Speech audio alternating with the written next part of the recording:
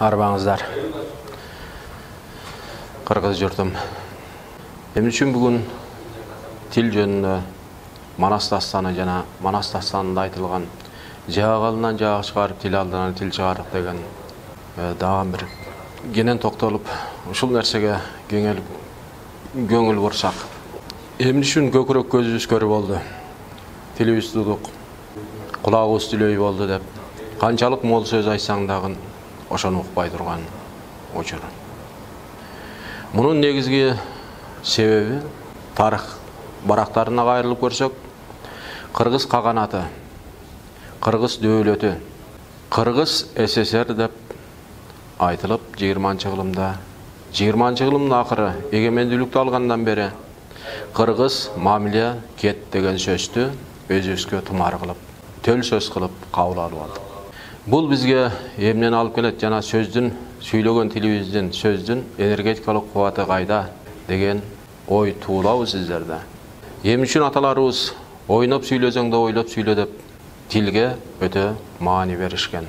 Же болбосо бала сагын атабыздын мындан 1000 жыл мурун айткан тил арстан босого догомдонгон, бошоп кетсе өзүңдү да жеп койгон деген сөзү жакшылап көңүл буруп карап көрсөк.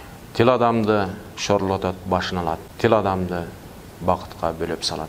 Дагы бала сагын атабыздын айткан сөзү бар. Биз ушуга кеңири токтолдукпу? Эмне үчүн жаагалынан жаак чыгарып тил алдынан тил чыгат? Кээде айтасыңыздар, кыргызское государство деп. Государ деген түшүнүк, бул энергетикалык кубаты, өкүмдар деген түшүнүк берилет. Мамиле деген бул бири-бирибиз менен болгон мамилебиз. Эгер мамилебиз кут болса, анда астыга өнүгүүбүздүн жолуна түшөбүз. Жана дүйнө элдери менен, адамзат менен, кайып дүйнө менен катуу дүйнөнүн ортосундагы байланыш кайрадан түптөлөт, кут болот. Эгер Кыргыз мамлекет деп дагы биз сүйлөп, муну улай бере турган болсок, мамиле кеткен жерде эмне болот? Бөлүнүп, жарылуу, чачылуу. Азаматтардын башы бирикпестен 4 кыргыз биригип калса, бири-бирин чукуп, бири-бирине көрө албастык кылат. Анткени сүйлөгөн сөздүн энергетикалык кубаты так ошондой кылып иштеп турат. Булар кимге керек? Ооба, кыргызды жеп ичип, талап тоногондорго аябай жакшы шарт түзүп, байлыгын, жерин, элин талагандарга өтө ыңгайлуу жакшы шарт түзүлөт. Биз ушуга дагы бир кенен токтолуп, кенен ой жүгүртүп, ар бирибиздин дил дүйнөбүздө ар кимибиз өзүбүз суроо берип көрсөк. Чын эле бизде мамиле кетсе, үй бүлөдөн мамиле кетсе, эмне болот? Анда бөлүп жарылуу. Ушул нерсени көңүл бурсак кыргыз элим. Ушул сүйлөгөн сөзүбүздү оңдосок. Кыргыз мамиле куту болсун. Негизинен Манас дастаны аталарыбыздын кереш сөзү. Акыркы 28 жыл ичинде кереш сөз укпай калган, Манаска кабар бербей калган ар бириңиздер буга күбө болдуңуздар. Манас дастанында Кытай, Калмак, Сарт, Казак, Тажик деген сөздөр бар. Эгер кимде ким булардын артында эмнени түшүндүрөт деген ойлор туулса, анда Сагынбай Орозбаков атабыз айткан вариантты жакшылап бир карап көрсөңүздөр, ошол жерде калмак деген сөз эмнени түшүндүрөт? Тегиңди, наркыңды билбей, ошондон көбүң калмак болдуңар дейт. Динге кирип калсак деп, ошондон көбүңөр казак болдуңар дейт. Өнүгүүсү эволюциялык жолдо артта калганды Сарт дейт. Кытай деген кимди түшүндүрөт? Биз ачыктан ачык эле бул коңшу Кытай эл экен деп кабыл албашыбыз керек. Манас дастанында буларга аябай кеңири токтолуп, кеңири маани берилип, кеңири түшүндүрүлгөн. Биз ушуларга маани. Эмне үчүн Манас дастанында Бейжиңдеги бурут дейт, бурут деген журут дейт. Бейжиңдеги кээде биз Пекин деп түшүнүп жүрөбүз. Жок, бул нур төгүлүп Ала Тоо коюнундагы бүгүнкү Кыргызда. Кыргызды эмне үчүн Манас дастанында кыркуруу Кытай дейт? Анткени биз киши жаскан гана мыйзамдарга баш ийип, жараткандын, Кудайдын мыйзамын, жараткандын мыйзамын унутуп бара жатканыбыз, ошон үчүн кишиге тайган кишини Кытай дейт. Ер азамат жигиттерди эмне үчүн бүгүн Көкөтөйдүн табып алган улу Бокмурун деп койду? Көккө тая алдыбы? Эгер сиздер көккө тайсаңыздар, анда журт атасы болосуздар. Эгер сиздер башка бирөөнү айдагына көнүп, башка бирөөнүн идеологиясын башат кылып алсаңыздар, анда Кытай болосуздар. Кыргыздын өз башаты бар. Буга себеп, же болбосо буга далил, башы жок бурут эл десем, баштыгы Манас Торайбы дейт. Биздин башатыбыз бар. Кыргыз эли Нур тукуму. Кыркуруу Кыргыз эли Теңиз Манас тукуму. Кыркуруу Кыргыз эли арбактуу эл. Ушуларга кеңири токтолуп, ар бир кыргыз аталарыбыз эмне деп кайрылды эле. Эр азамат жигиттерге, кыздарга, аруу зат кыздарыбызга, энелерибизге, аталарыбызга кандай деп кайрылып, эмне деген керес сөзүн калтырды эле. Ал жерде арбактардын акы үчүн ачып муну окузун ак калпак кыргыз молдосу дейт. Биз ушуга кайрылдыкпы? Ооба, анткени бүгүн Манас дастанында казыналык орго түшөрү айтылган. Бул аябай көлөмдүү акчага сатылып калган убагы. Казыналык ор деген бүгүн акча, ошонун артынан акча жасап, акчага сатылып атканы. Бул кыргыз элинин руханий байлыгы болгондон кийин ар бир үйдө, ар бир кыргызмын деген тала жер бетинде бардык континенттерде жүргөн кыргыз үйүндө жана жолдо жүрсө дагы алып, арбактардын акысына эм болсун, акысына дем болсун деп окуп жүрө турган улуу, ыйык жана сырдуу дүйнөнүн бардык маалыматтары катылган сыйкыр китеп. Ушуну ооба, бүгүн Кыргыздын көп эр азамат жигиттери эмне үчүн сиздерге кайрылганда аталарыбыз бөрк ал десе баш алып, суу ичсе уу ичип алганыбыздарды сүрөттөгөн. Бөрк деген эмне? Баш деген эмне? Ал кылыч менен чабып алып таштап эмес. Баш, башат бул идеология. Кыргыздын өзүнүн идеологиясы. Өзүбүздүн башатыбыз. Башатыбыз Манас. Эмне үчүн бөрк ал деди?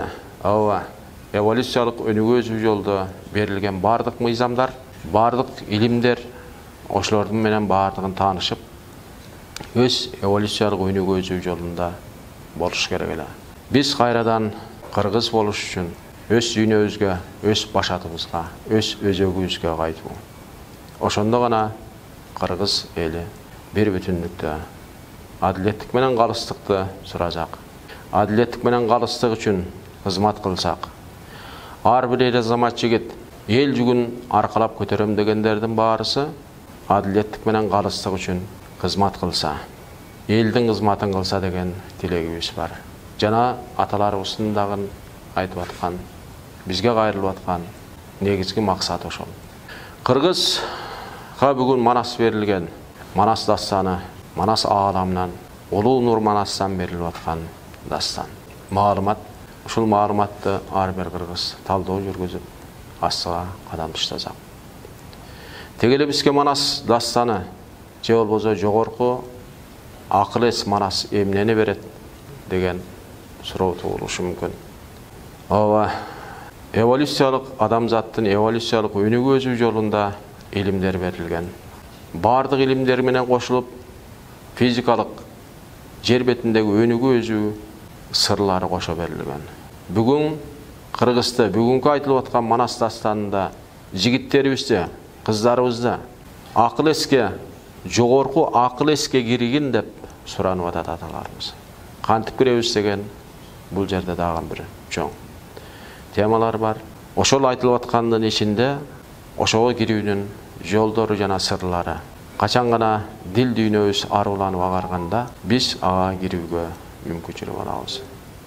Манас дастаны дагы эмнени үйрөтөт бизге? Манастагы душмандар ким?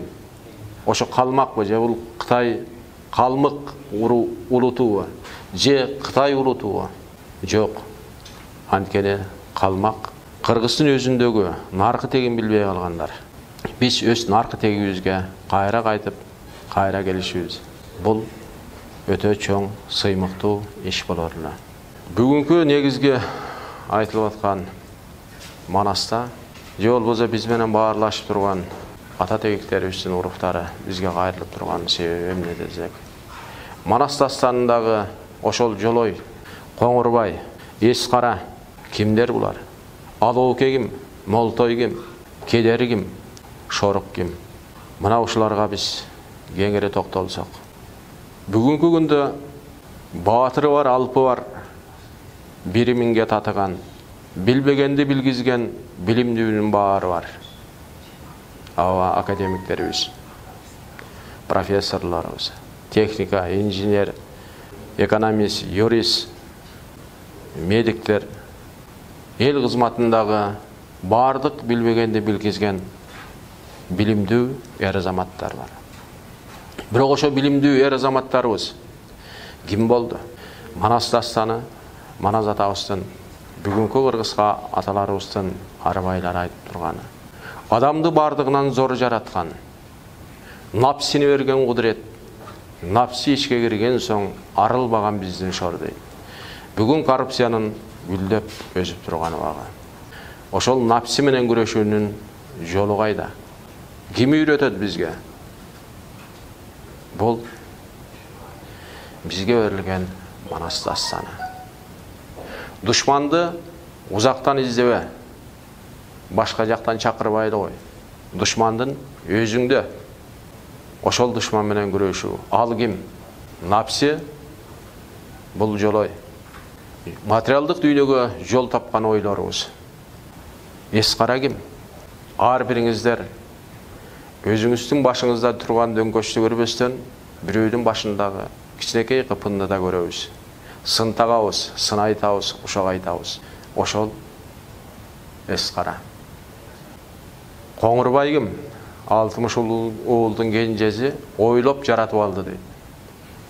Aktı ak deye albay, karany kara deye albay kalganыбыз.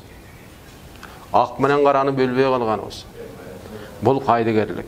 Je bolbozo oruslar aytat. Самый страшный враг это равнодушие. Ова, бүгүн Кыргыз элин илимий техникалык жактан окутуп атабыз. Бирок физикалык дене тарбия булга да окутабыз, тарбиялайбыз. Денебизди да тарбиялайбыз. Бардык жагына көңүл бурабыз. Руханий жактан бүгүн Кыргызда илим жок. Biz adamzatga göç başlap berişimiz керек эле Кыргыз. Biz uşuğa gayradan gayrıp gelip Manaska gelsek, biz ruhani baylığımız Manas. Oşol ruhani can dünyası bayta turgan Manas. Başatыбыз Manas, özөгüz Manas. Oşonun içinde erten kanday kılıp kadam çıtayız. Kayda barabız degen suroolordun bardığına жооп oşonun içinde katılıp turат. Uşuğa biz gayra kaytsak. Tilibizde söylegen tilibizde oygotsak. Kırgızga kıyanatlık kılganlar kimler bugün? Kantıp kılışıp atat degen suroolorga жооп. Barby tegele kıyanatlık kılganlar? Kaydan bilebiz? Kırgıztın ıyık atributtары var. Bul tündügübüz Kırgıztın boz үйünün tündügü. Emne kıldık tündügü? Atabey dep estelik koyduk. Bul estelik terдің бардығы Евагылы Манasta айтылған. Кимдердің қандай қылып уысынары, жана кимдердің емне иш жасары айтылған. Түндікі Қырғыз үзөңгі илді беле. Авторы ким? Идеясы кимдікі? Бирөөдүн аты жазылған емес ал жерде. Эми үчүн ал жерде 2-3 бурчтукту коюп, түндүктүн астына үзөңгүн элишти. Не? Ат кылып минип, төзүнөн басып, төрүнө оргасы үчүн бе? Мына биз ушул суроолорго кийинкиде кеңири токтолуп элге түшүндүрүп жеткизсек. Рахмат.